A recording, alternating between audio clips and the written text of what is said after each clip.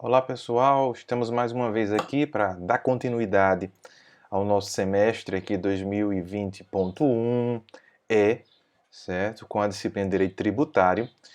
E hoje será uma aula assíncrona, gravada. Continuaremos a falar dos princípios do direito tributário. Mas eu gostaria de dizer a vocês que a tributação não tem como finalidade apenas extrair recursos do cidadão, certo? Para manter o Estado. Isso é uma função precípua, mas também tem outras funções que nós chamamos de extrafiscalidade, parafiscalidade, que nós vimos na aula passada. Buscando desincentivar algumas práticas maléficas para a saúde do cidadão. Eu citei aqui o caso do jogo, o caso das bebidas alcoólicas, do cigarro, e também pode ter uma função indutora do desenvolvimento, induzir o desenvolvimento, e pode também ter uma função indutora da preservação ambiental. Essa é uma função muito importante. Nós temos aí vários estados no país que têm o ICMS ecológico, ICMS verde, ICMS ambiental, que visa justamente reverter recursos para a proteção da natureza, para atividades que visam proteger a natureza. Portanto, nós podemos ter essa função também em relação à tributação. Estamos chegando ao momento de falar um pouco mais detidamente, especificamente, do conceito de tributos, o que significa tributos, quais são as modalidades de tributação. Estamos vendo até agora os princípios do direito tributário. E aí, daqui a alguns dias, teremos a nossa primeira atividade. São duas notas principais. Nós temos outras atividades para nota. Já fizemos uma atividade de participação aí, que vocês responderam o questionário, certo? Virtual aí no Moodle. Nós teremos uma atividade, tá certo? Em breve teremos essa atividade aí para todos vocês. Bom, vamos começar aqui apresentando o nosso slide, tá ok? Bom, o princípio que nós finalizamos, iríamos iniciar na aula passada, mas não deu tempo, é a liberdade de tráfego, não é? Em regra, certo? A nossa Constituição Federal, ela estimula a liberdade de ir e vir. Porém, essa liberdade de ir e vir, ela não é absoluta. Ela não é absoluta. Ela é relativa. Por que ela é relativa? Porque você não pode invadir as casas das pessoas, invadir escritórios, estabelecimentos, sem ser autorizado. Então já há uma limitação aí, tá certo? Como também a autoridade não pode chegar e entrar na minha casa sem um mandado, tá certo? Sem que eu autorize ou que ele seja autorizado por uma autoridade judicial para tanto. Então, a liberdade ela não é absoluta, certo? E especificamente a liberdade de tráfico que diz respeito à liberdade de ir e vir, ela também não é absoluta, ela tem suas limitações, tá certo? Agora, eu não posso limitar essa liberdade de tráfego, e aí percebam que esse tráfego significa o quê? Movimentação de bens, pertences e tal, e eu condiciono essa movimentação de bens e pertences meus, certo? Ao pagamento de algum imposto, de algum tributo, tá certo? Isso é CCA, liberdade de tráfego. Está lá no artigo 150 da Constituição. Sem prejuízo de outras garantias asseguradas ao contribuinte, é vedada à União, é proibido à União, aos Estados, ao Distrito Federal e aos municípios estabelecer limitações ao tráfego de pessoas ou bens por meio de tributos interestaduais ou intermunicipais, ressalvadas a cobrança de pedágios pela utilização de vias conservadas pelo poder público. Então, veja que tem uma exceção aí. A exceção em relação à cobrança de pedágios. Não é? Algumas rodovias no país são pedagiadas, são concedidas à iniciativa privada e a iniciativa privada explora, certo, esse tráfego, certo, e poderá cobrar esse tráfego. Essa atividade é regulada pelo poder público. Então, artigo 150, sem prejuízo de outras garantias asseguradas ao contribuinte, é proibida à União, é vedada à União, aos estados e ao Distrito Federal e aos municípios estabelecer limitações ao tráfego de pessoas ou bens por meio de tributos interestaduais. Então, vou proibir, né, o tráfego de bens, o tráfego de pessoas, cobrando impostos. Isso não é possível. Isso aí em respeito ao nosso direito, que não é absoluto, de liberdade, que está no artigo 5º da Constituição. Certo? Por meio de tributos interestaduais ou intermunicipais, é ressalvada a cobrança de pedágio pela utilização de vias conservadas pelo poder público. Então, a liberdade de tráfego diz respeito à liberdade de locomoção. A liberdade de ir e vir, a liberdade de locomoção. O pedágio pode ser cobrado por não ser tributo, e sim tarifa. E a gente vai ver depois a diferença. Ele não é um imposto propriamente dito, ele é uma tarifa. Tá certo? Você está pagando por um serviço especificamente, ali de conservação das rodovias, certo? E aí o governo pode conceder essas vias, essas rodovias para a iniciativa privada explorar. Tá ok? A súmula 166 do STJ fala o seguinte: não constitui fato gerador do ICMS o simples deslocamento de mercadoria de um para outro estabelecimento do mesmo contribuinte. Então, imagina só, a mercadoria entra no estado, vai para uma loja, e aí essa loja transfere essa mercadoria para outra unidade, tá certo? Da mesma loja, só que já houve o fato gerador, ou seja, já houve a circulação de mercadorias e serviços, já se pagou o imposto, tá certo? Não se vai tributar novamente por causa disso, tá ok? É isso que a súmula 166 do STJ fala. Então existe uma diferença entre tributar via ICMS a circulação de mercadoria ocorrida por uma operação de compra e venda, por exemplo, entre um tributo que seja recolhido porque você entrou no carro em sua família e foi para outro estado ou outro município, só para o seu deslocamento. Isso é proibido, aquilo que eu falei inicialmente. Então, eu vou me deslocar até outro estado, vou me deslocar até outra cidade e vou ter que pagar imposto no final do mês ou no final do ano, enfim. Não, eu pago pela venda da mercadoria e eu pago o ICMS pela circulação dessa mercadoria ou serviço. É essa a diferença. Então, o ICMS ele não fere legalmente a liberdade de tráfego, porque uns podem dizer, não, mas o ICMS não fere a liberdade de tráfego, não. Tá certo? Aí diz respeito ao fato gerador previsto em lei, aí respeitando o princípio da legalidade tributária. Ok? Agora, as imunidades. Quem é liberto de pagar tributos de acordo com a sua atividade?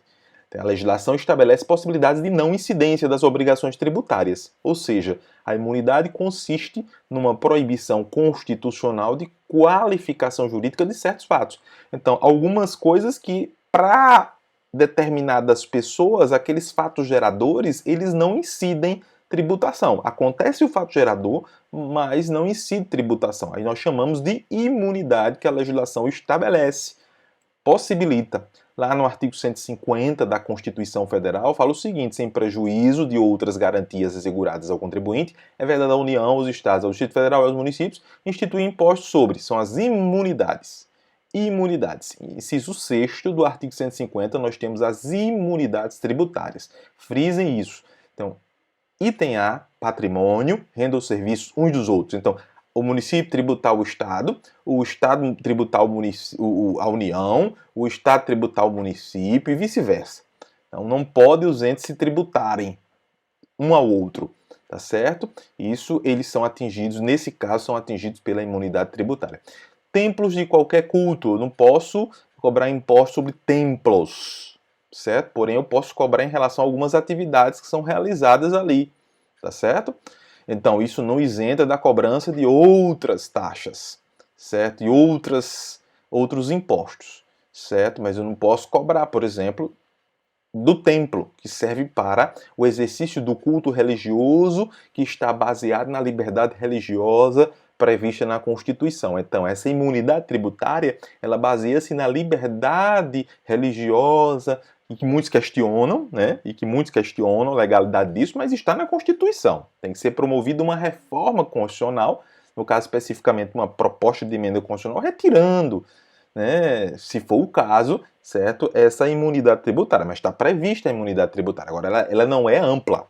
Ela não é ampla. É interessante se mencionar isso, ela não é ampla. Então, sobre o patrimônio, renda ou serviços dos partidos políticos, inclusive suas fundações, das entidades sindicais, dos trabalhadores, das instituições de educação e de assistência social sem fins lucrativos, atendidos os requisitos da lei. Então, essas entidades aí também não são passíveis de cobrança de impostos. Livros, jornais, periódicos e o papel destinado à sua impressão. Então, a questão do livro, do jornal, do periódico e o papel destinado à sua impressão. Então, jornais praticamente já não tem mais jornais de papel, tá certo? Periódico, mas internet também há uma possibilidade de cobrança através, mesmo que o jornal seja publicado via internet. Isso não elide o fato gerador de outros tributos especificamente. Fonogramas e videogramas musicais produzidos no Brasil, contendo obras musicais ou literomusicais de autores brasileiros e ou obras em geral, interpretados por artistas brasileiros, bem como os suportes materiais ou arquivos digitais que os contenham, salvo na etapa de replicação industrial de mídia óptica de leitura a laser. Então, no caso da concepção, da gravação, não se cobra, mas no caso da venda, aí vamos vender, vamos replicar.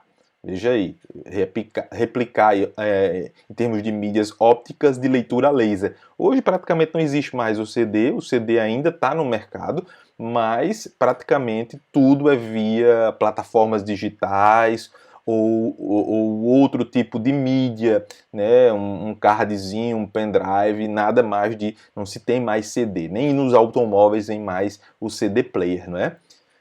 Então é importante salientar, por outro lado, que há entendimento jurisprudencial admitindo a possibilidade de extensão da imunidade a certas empresas públicas, aquelas que executam serviços públicos de prestação obrigatória e exclusiva do Estado. Por exemplo, os Correios, o serviço postal, está no artigo 21, inciso 10 da Constituição, uma vez que se revestem ipso facto da indumentária de autarquias. Tá ok? Então, serviços essenciais dessas autarquias especificamente elencadas pela lei, tá certo? Ou pela Constituição.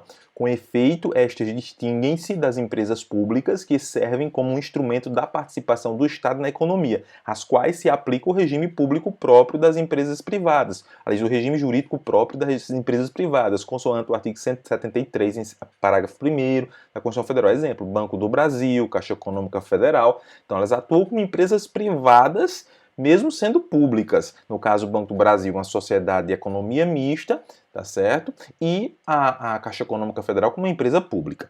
Então, você tem a sociedade de economia mista com um capital misto, sendo majoritário o capital da União. E no caso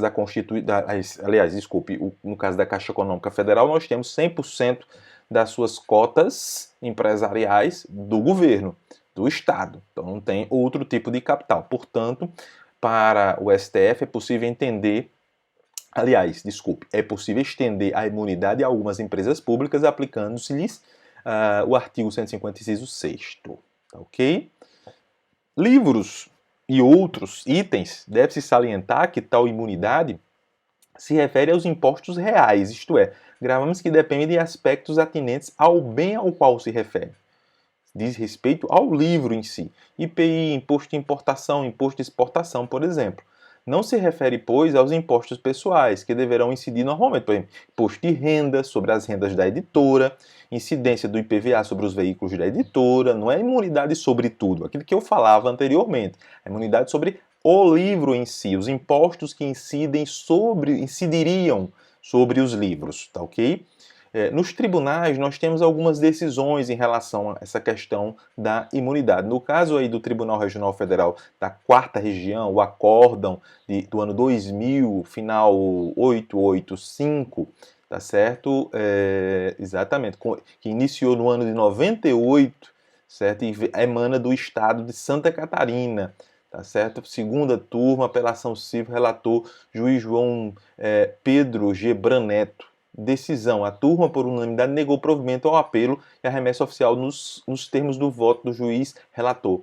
Emenda constitucional, tributária e imunidade. CD-ROM.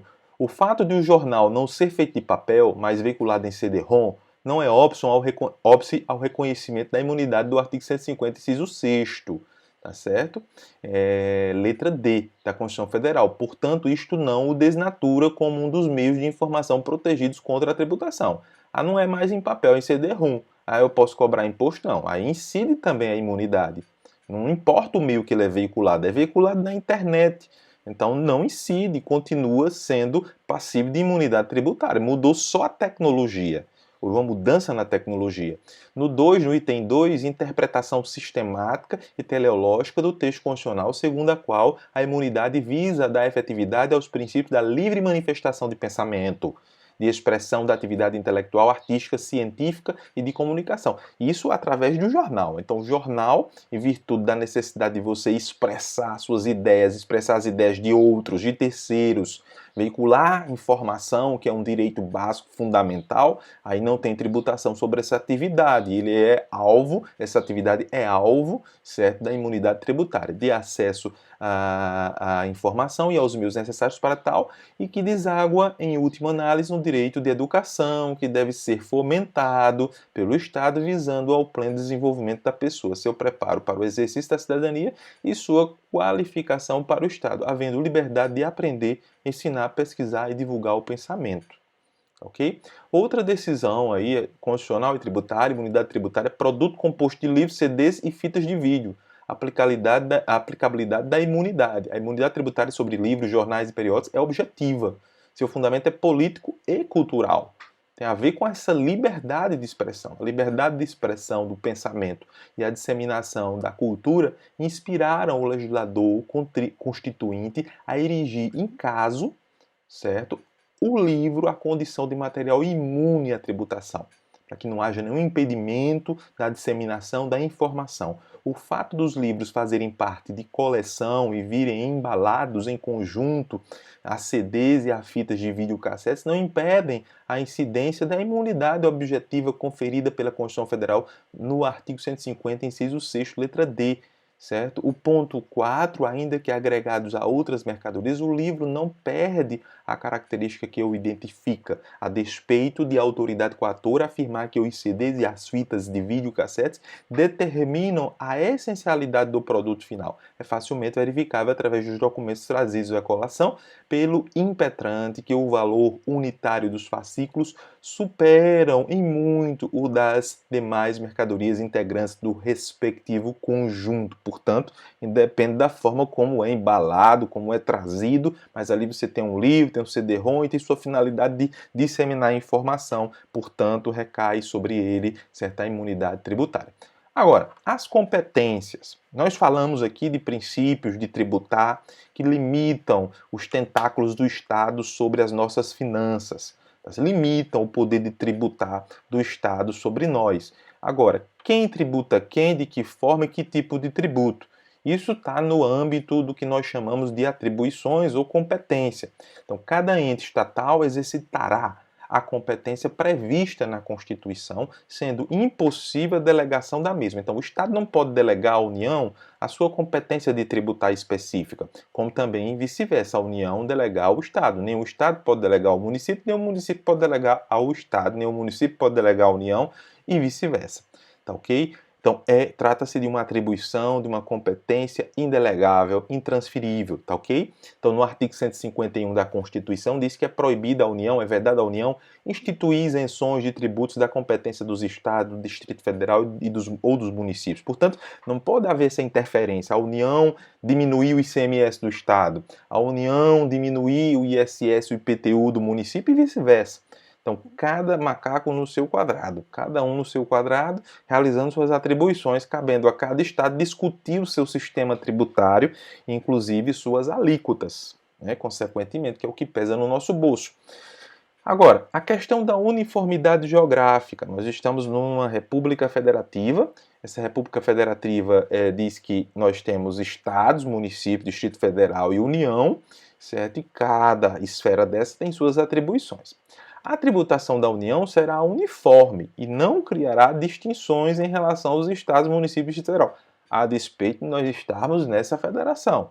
Em relação à União, a tributação é igual para todos. O bicho pega nos estados e nos municípios, que as alíquotas vão mudar conforme o local, né? Conforme a atividade, conforme o interesse tributário e a razoabilidade dos estados. Tá ok? No artigo 151 da Constituição, é vedada à União, é proibida à União instituir tributo que não seja uniforme em todo o território nacional, que não seja o mesmo para todos, ou que implique distinção ou preferência em relação ao Estado, ao Distrito Federal ou ao município. Pensemos conjuntamente. Se a União instituísse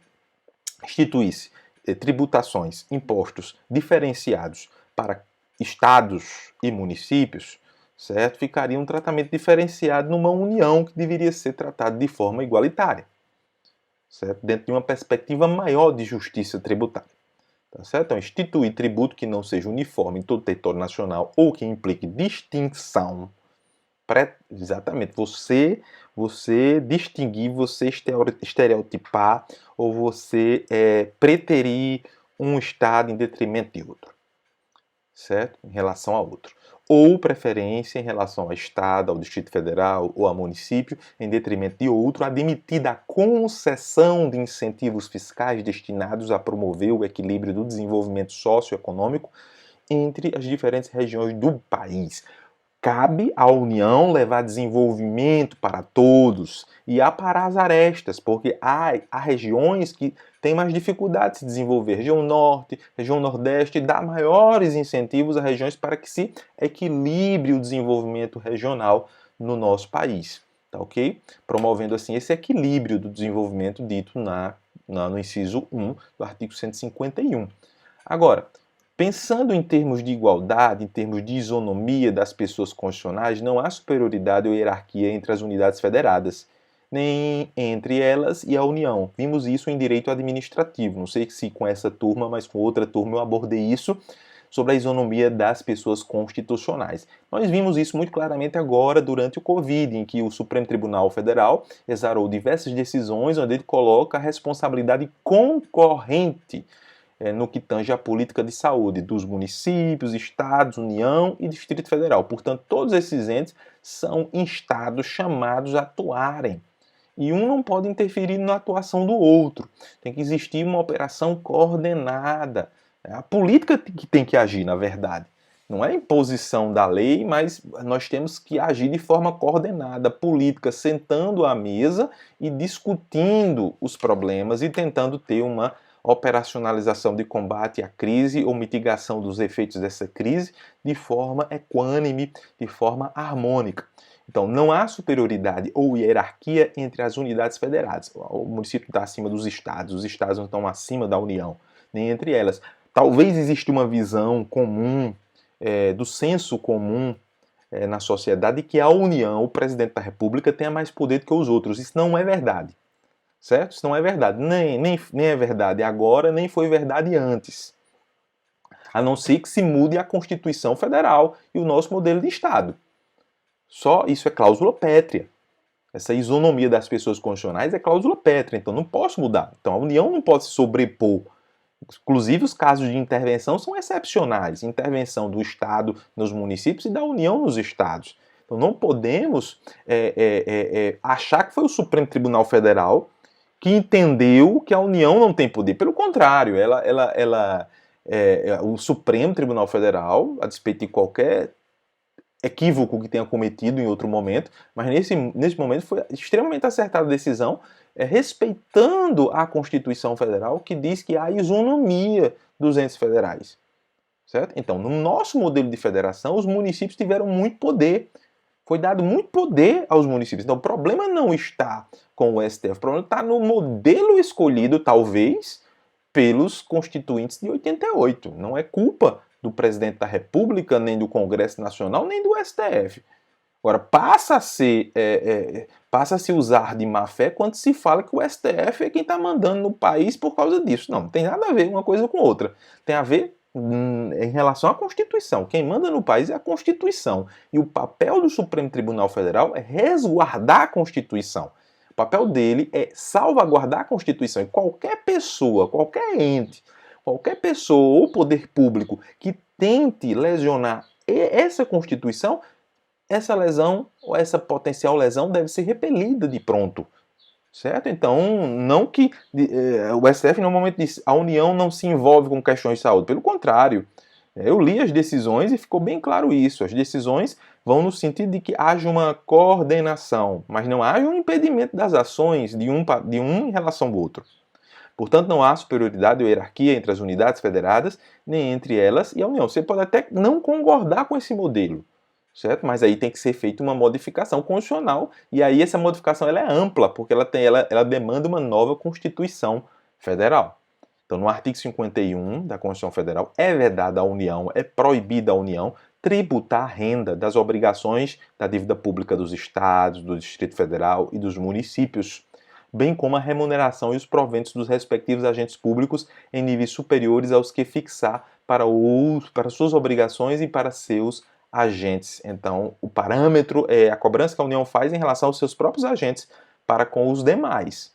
Que aí vai, se não for seguido isso, é configurada uma discriminação, uma distinção sem sentido, sem respaldo legal. Não discriminação tributária em razão da procedência ou do destino dos bens. Então, eu não posso, sob pena de se ter uma guerra fiscal, dizer, olha, o produto que vier de São Paulo eu vou tributar mais. O que acontece no âmbito internacional é essa guerra fiscal, né? Quando você quer vender alguma coisa aos Estados Unidos e ele paga subsídios para os seus produtores, dando vantagens de tal modo que não compensa você comprar de fora. Não compensa você comprar de fora. E supertributa o produto que vem de fora. Então não compensa você exportar determinados produtos para os Estados Unidos, porque aí a supertributação impede que esse produto seja competitivo no mercado tributário. Veja aí a função indutora do desenvolvimento da tributação. Tá certo? A necessidade de mudar a política tributária rapidamente, daí a flexibilidade no IPI e no Imposto sobre Exportação e Importação, né? Que nós vimos na aula passada.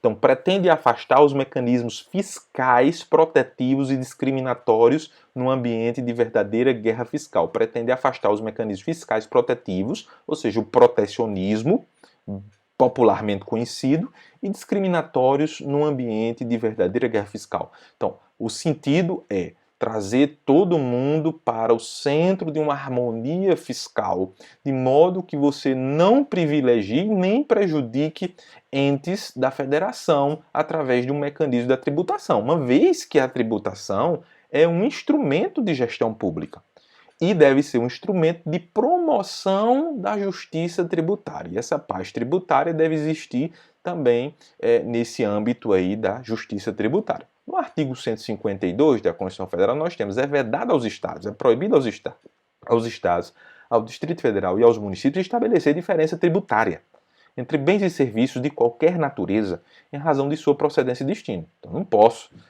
sobretaxar produtos de Pernambuco. Eu tenho minha cota aqui no estado da Paraíba do ICM. CMS é X, Pernambuco é Y, mas eu não posso adicionar algo a mais porque o produto vem de Pernambuco. Então, tem que existir um comportamento não discriminatório. Agora, o que é a tributação?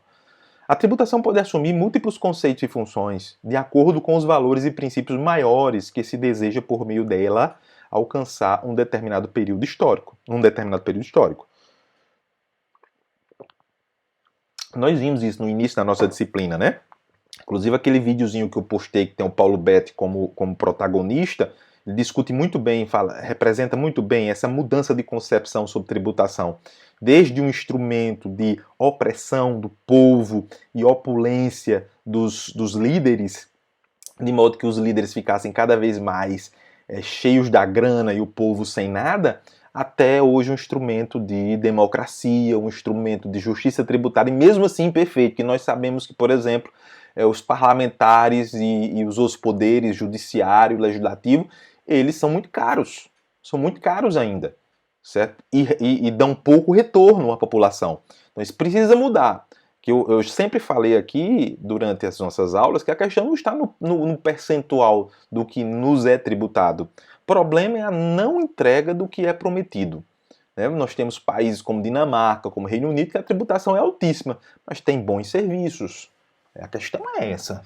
A questão basicamente é essa, é de entrega de serviços. Então você se sente lesado porque você não tem a entrega desses serviços. Eis a questão.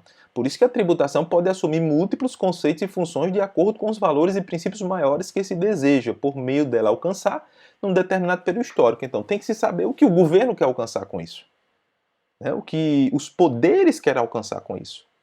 E especificamente o poder executivo, né, que é o elaborador da peça orçamentária, que necessita desses recursos para engendrar e fazer a coisa acontecer em termos de políticas públicas. Então, numa visão macroeconômica, os tributos cumprem prioritariamente uma finalidade fiscal, uma finalidade de extrair recursos para manter o Estado, ou seja, arrecadar recursos financeiros aos cofres públicos. Nesse sentido, os tributos ocupam um lugar central, sendo responsáveis por cerca de 80% do total das receitas no resultado nominal do governo. Então, significa que o Estado não produz nada, o Estado arrecada. Então, 80% do que entra no Estado é produto do nosso trabalho. Esse é um pressuposto fundamental para repensarmos a nossa conduta frente ao Estado. A nossa conduta precisa ser repensada, uma vez que 80% do que entra é fruto do nosso trabalho, é fruto da atuação das atividades econômicas. Portanto, o Estado ele não produz nada. Então, precisamos separar o que é privilégio e o que é pagamento de trabalho. Muitas vezes a gente mistura. Quem tem privilégio no Estado e quem tem poucos direitos e recebe por seu trabalho. E não vejo, mesmo com a reforma administrativa que aí está tramitando, uma mudança de perspectiva. Né? Os privilegiados continuarão privilegiados. Certo? E quem já trabalha duro e quem já paga muito imposto, continuará pagando muito imposto e tendo menos direitos. Essa é a questão. Não se dá aso a uma isonomia, certo? E vem com a história de funções de Estado. Funções de Estado. Bom, o juiz, ele é eleito nos Estados Unidos. Ele é eleito nos Estados Unidos. Certo? Ele não é nem concursado, é uma função de Estado. E aí, se dá garantias e tal, certo? E ele é pago com dinheiro público, e as pessoas entendem isso, com dinheiro do povo. Portanto, os tributos podem igualmente ser utilizados pelo Estado como instrumento de parafiscalidade ou extrafiscalidade, ou seja, tanto como uma forma de intervenção na economia, de regular a economia, de dar mais vantagens ao produtor nacional, por exemplo, como um elemento-chave na aplicação das políticas sociais e de redistribuição, que seria uma função do Estado. Certo? Seria uma função do Estado, mas ele pode delegar para outras. E essa tributação pode alimentar, certo? E aí eu cito aqui o Sistema S, por exemplo, SESC, SENAI, SEST, SENAT, SEBRAE, fazem parte do Sistema S e estão dentro dessa parafiscalidade e extrafiscalidade. Então, Hugo de Brito Machado fala o seguinte, afirma que no mundo moderno o tributo é largamente utilizado com o objetivo de interferir na economia privada, estimulando atividades, setores econômicos ou regiões, desestimulando o consumo de certos bens e produzindo finalmente os efeitos mais diversos na economia. Vou repetir. Então, Machado afirma que no mundo moderno o tributo é largamente utilizado com o objetivo de interferir na economia privada. Aquilo que eu falava, é um instrumento de gestão. Certo? Estimulando atividades, setores econômicos ou regiões, desestimulando o consumo de certos bens e produzindo finalmente os efeitos mais diversos na economia. Então, quanto ao seu objetivo, o tributo pode ser fiscal, quanto seu principal objetivo é arrecadação, é um objetivo arrecadatório de recursos financeiros para o Estado. Pode ser extrafiscal, quanto seu objetivo principal é a interferência no domínio econômico, buscando um efeito diverso da simples arrecadação de recursos financeiros. Parafiscal, quando seu objetivo é a arrecadação de recursos para o custeio de atividades que, em princípio, não integram funções próprias do Estado, mas este as desenvolve através de entidades específicas. Então, ele transfere a execução para outras entidades.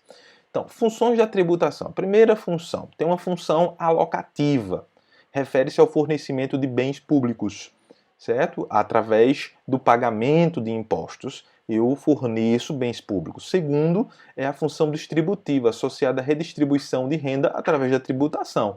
Então, eu tento equalizar as diferenças sociais que existem na sociedade através do mecanismo da tributação. A última função corresponde à estabilização, cujo objetivo é influenciar a política econômica para atingir certo nível de emprego, estabilidade dos preços e taxa de crescimento econômico. Então, de vez em quando, o governo ele tem que zerar algum imposto, tem que diminuir a alíquota tal para incentivar, aquecer determinada atividade econômica, com muito cuidado em relação a esse tipo de engenharia para não prejudicar, certo, ou endividar os entes federativos, tá ok? como tem acontecido na história recente do nosso país. Então, funções da tributação, primeiro, criar os recursos necessários para o funcionamento do Estado, que nós já vimos, e assegurar o equilíbrio e a orientação da economia no sentido de promover justiça tributária, tá ok? Então, o que é tributo, na verdade? Vamos ver aqui o que é tributo. Consistente em prestação pecuniária, ou seja, financeira, que limitado pelas liberdades fundamentais, sob a diretiva dos princípios constitucionais da capacidade contributiva, não deve ser cobrado o que se quer, mas o que se pode pagar, cada pessoa pode pagar, cada atividade econômica pode pagar, do custo-benefício ou da solidariedade do grupo, e com a finalidade principal ou acessória de obtenção de receita para as necessidades públicas ou para atividades protegidas pelo Estado. É exigido de quem tenha realizado o fato descrito em lei elaborada de acordo com a competência específica outorgada pela Constituição. Então vamos voltar aqui lentamente e entender esse conceito de tributo consistente em prestação pecuniária. Então eu vou pagar em dinheiro ao Estado, que é limitado pelas liberdades fundamentais, certo? E aí eu cobro, enquanto Estado, da população, das atividades econômicas, mas estou limitado porque existem liberdades fundamentais previstas na Constituição e nós vimos que existe uma limitação no poder de tributar do Estado, tá certo? Sob a diretiva dos princípios constitucionais da capacidade contributiva, do custo-benefício da solidariedade. Capacidade contributiva, o que eu posso pagar, para que não exista confisco, né? E se prejudica a sobrevivência das pessoas e das atividades econômicas, o custo-benefício, o que se entrega efetivamente em relação ao que se paga, e a solidariedade. Vivemos numa sociedade, precisamos cada um pagar um pouco para conviver e viver nessa sociedade. Solidariedade do grupo com a finalidade principal ou acessória da obtenção de receita para as necessidades públicas ou para as atividades protegidas pelo Estado. Portanto, é para a manutenção da máquina estatal e das atividades desenvolvidas pelo Estado para a sociedade. É exigido de quem tenha realizado o fato descrito em lei, que aí é o fato gerador, é exigido de quem tenha realizado o fato descrito em lei, esse é o fato gerador, elaborada de acordo com a competência específica outorgada pela Constituição. Está lá no artigo 3º do Código Tributário Nacional, popularmente conhecido como CTN.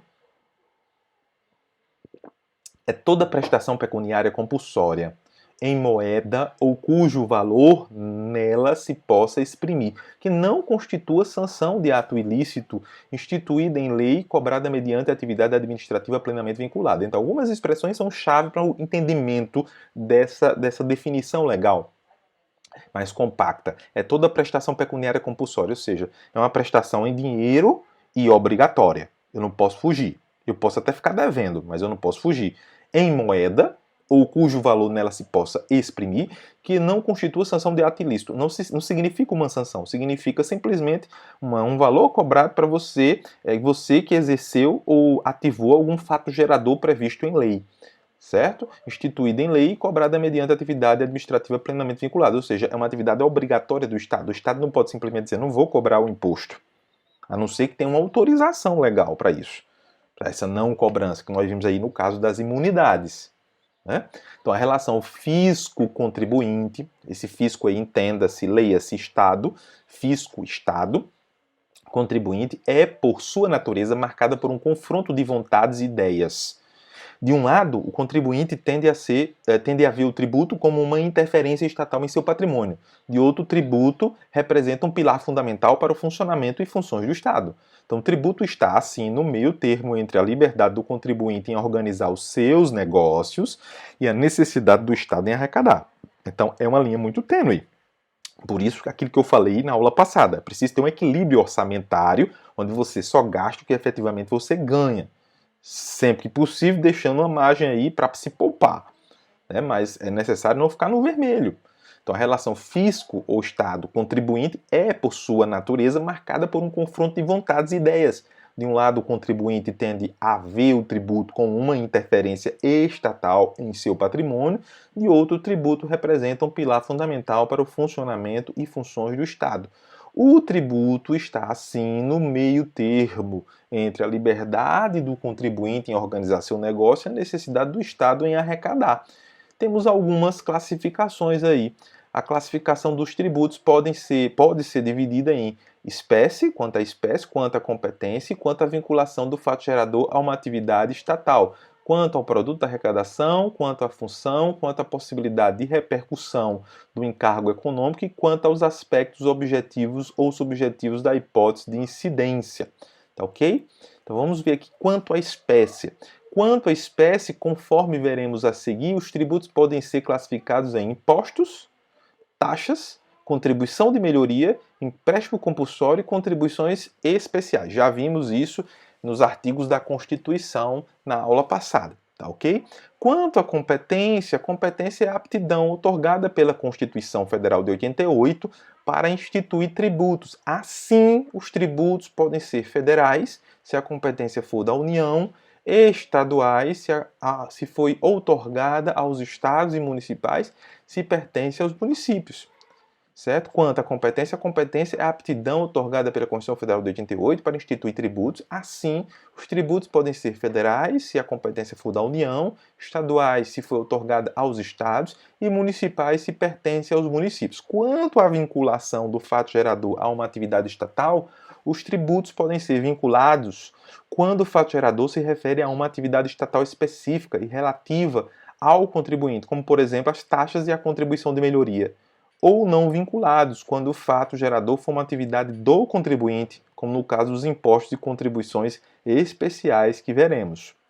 Quanto à vinculação do produto da arrecadação, tributos com arrecadação vinculada, aqueles em que o produto da arrecadação deve ser aplicado à finalidade que deu origem ao tributo, exemplo, contribuições especiais e tributos com arrecadação não vinculada, são aqueles em que o valor arrecadado não precisa ser aplicado a nenhuma finalidade estabelecida, exemplo, taxas e impostos. Então vai cair no tesouro municipal, no tesouro estadual, no tesouro da União, eu poderei gastar conforme a minha programação orçamentária, tá certo? No custeio, no investimento.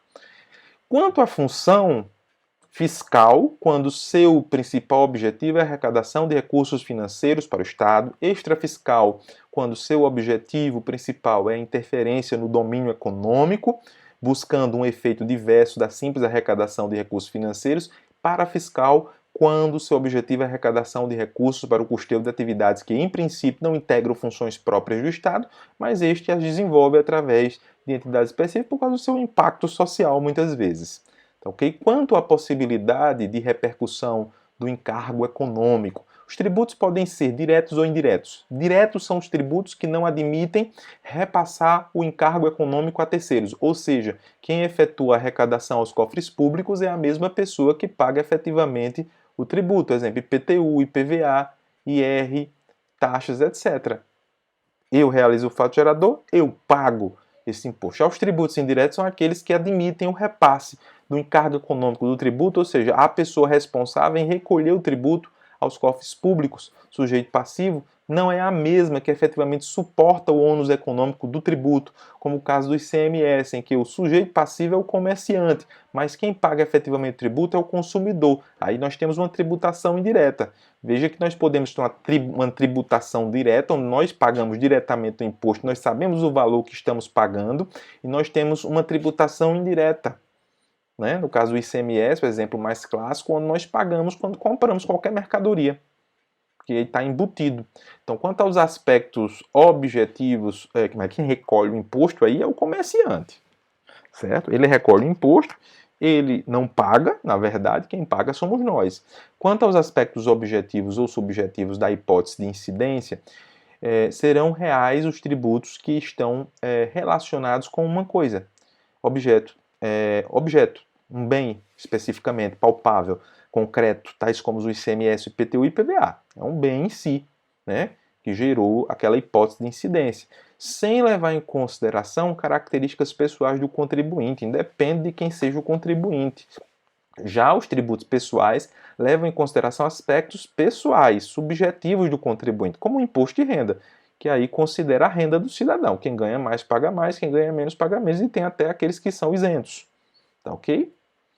Agora, os tipos de tributos. Nós vamos começar a ver agora, mas na próxima aula a gente aprofunda mais. O artigo 3º do CTN fala que é toda prestação pecuniária compulsória em moeda ou cujo valor nela se possa exprimir, que não constitua sanção de ato ilícito, instituída em lei e cobrada mediante atividade administrativa plenamente vinculada. Está lá no artigo 145 da Constituição que a União, os Estados, o DF e os municípios poderão instituir os seguintes tributos: impostos, de forma geral, taxas, em razão do exercício de poder de polícia ou pela utilização efetiva ou potencial de serviços públicos específicos e divisíveis, prestados ao contribuinte ou postos à sua disposição. Portanto, está bem clara a definição de taxa na Constituição. A taxa ocorre em razão do exercício do poder de polícia, que nós já vimos a definição do poder de polícia, que tem relação com a nossa liberdade, ou pela utilização efetiva ou potencial de serviços públicos específicos e divisíveis. Então, a taxa incide sobre algo muito específico, algo muito separado, prestados ao contribuinte ou postos à sua disposição. O item 3, contribuição de melhoria decorrente de obras públicas, daí o nome contribuição de melhoria. No artigo 15, está lá, somente a União, nos seguintes casos excepcionais, pode instituir empréstimo compulsórios: guerra externa ou sua iminência, calamidade pública que exija auxílio federal impossível de atender com os recursos orçamentários disponíveis, conjuntura que exija a absorção temporária de poder aquisitivo, certo? Então lá está no artigo 217, certo, do Código Tributário Nacional, as disposições desta lei, notadamente os artigos 17, 74, parágrafo 2º, 77, parágrafo único, bem como bem como a do artigo 54 da Lei 5.025 de 66, não exclui a incidência e a exigibilidade da contribuição sindical, denominação que passa a ter o imposto sindical de que trata o artigo 578, certo? 2, das denominadas cotas de previdência, certo? 3, da contribuição destinada a constituir o Fundo de Assistência e Previdência ao Trabalhador Rural. 4, da contribuição destinada ao Fundo de Garantia do Tempo de Serviço FGTS. E 5, das contribuições enumeradas no parágrafo 2º do artigo 34 da Lei 4.863 de 65. Ok? Portanto, com as alterações decorrentes dos artigos 22 e 23 da Lei 5.107. Então, está no 149 da Constituição, que compete exclusivamente à União instituir contribuições sociais de intervenção no domínio econômico, a CID, e de interesse das categorias profissionais ou econômicas, como instrumento de sua atuação nas respectivas áreas, observado o disposto nos artigos 146, 3, 151 e 2 e 3, aliás, 1 e 3, e sem prejuízo do previsto no artigo 195, parágrafo 6º, relativamente às contribuições a que alude o dispositivo. Então, com a Constituição de 88, a teoria majoritária que está, inclusive, em consonância com o entendimento do STF é a teoria quinquipartida, defendida, entre outros, por Hugo de Brito Machado, Ives Gandra Martins e Paulo Aires Barreto, grandes tributaristas, para quem, em nosso sistema tributário nacional, encontram 5 espécies tributárias a saber: impostos, taxas, contribuições de melhoria, contribuições especiais e empréstimo compulsório. Por isso, a teoria quinquipartida. Para estes doutrinadores, a Constituição trouxe a necessidade de se adotar novos critérios de classificação dos tributos. Assim, além do critério da vinculação ou não a uma atividade estatal, 2 novos critérios surgiram: a destinação do tributo da arrecadação, critério utilizado para especificar a natureza jurídica das contribuições em si, e a previsão de restituição do tributo pago, critério para diferenciar o empréstimo compulsório das demais espécies tributárias. Então, semana que vem nós começaremos a ver as espécies em si, e de hoje a 15 dias teremos a nossa primeira atividade, certo? Ou talvez semana que vem eu já poste a primeira atividade simultânea à aula, tá certo? Eu coloco a atividade como sendo assíncrona, tá certo? Mas eu deixo vocês bem informados em relação a isso, tá ok? Qualquer dúvida, coloca no chat do YouTube, tá certo? Coloca no chat do YouTube e nós vamos tirando essas dúvidas